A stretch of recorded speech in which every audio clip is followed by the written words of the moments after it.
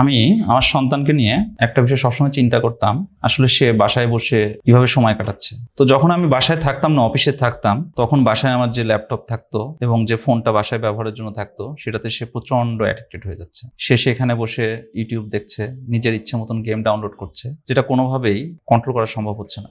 সেখান থেকে তাকে সরানোর কোনো আমি উপায় খুঁজে পাচ্ছিলাম না।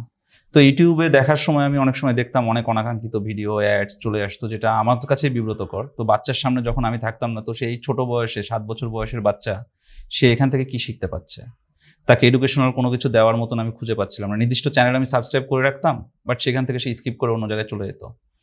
তো এরই পরিপ্রেক্ষিতে আমি একসময় সমাধান হিসেবে কাহাব কিডসকে সামনে দেখতে পাই। তো কিডস ইনস্টল করার পরে সেখানে অনেক ধরনের এডুকেশনাল থেকে শুরু করে এন্টারটেনমেন্ট সবকিছুর মোটামুটি একটা কম্বিনেশন খুঁজে পাই। তো পরবর্তীতে কাহাব কিডসে তাকে অভ্যস্ত করার চেষ্টা করি। তো আলহামদুলিল্লাহ সেখানে সে অভ্যস্ত হতে থাকে। তো আমি আরেকটা জিনিস পরে পেয়েছি কাহাব কিডসের মাঝে, সেটা হলো যে আমার বাচ্চা যে গেমগুলো ডাউনলোড করতো, সেটা প্লে স্টোর থেকে খুব অনায়াসে সে ডাউনলোড করতে পারতো। ইউটিউবটাও সে খুব সুন্দরভাবে দেখতে পারতো।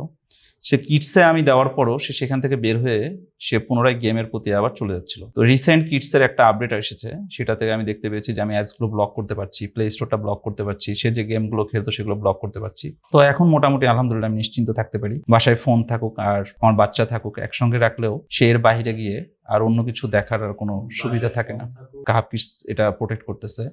তো এই জন্য আমি কাহাব কিডসের প্রতি কৃতজ্ঞ এবং প্যারেন্টাল কন্ট্রোলে আমি সন্তুষ্ট।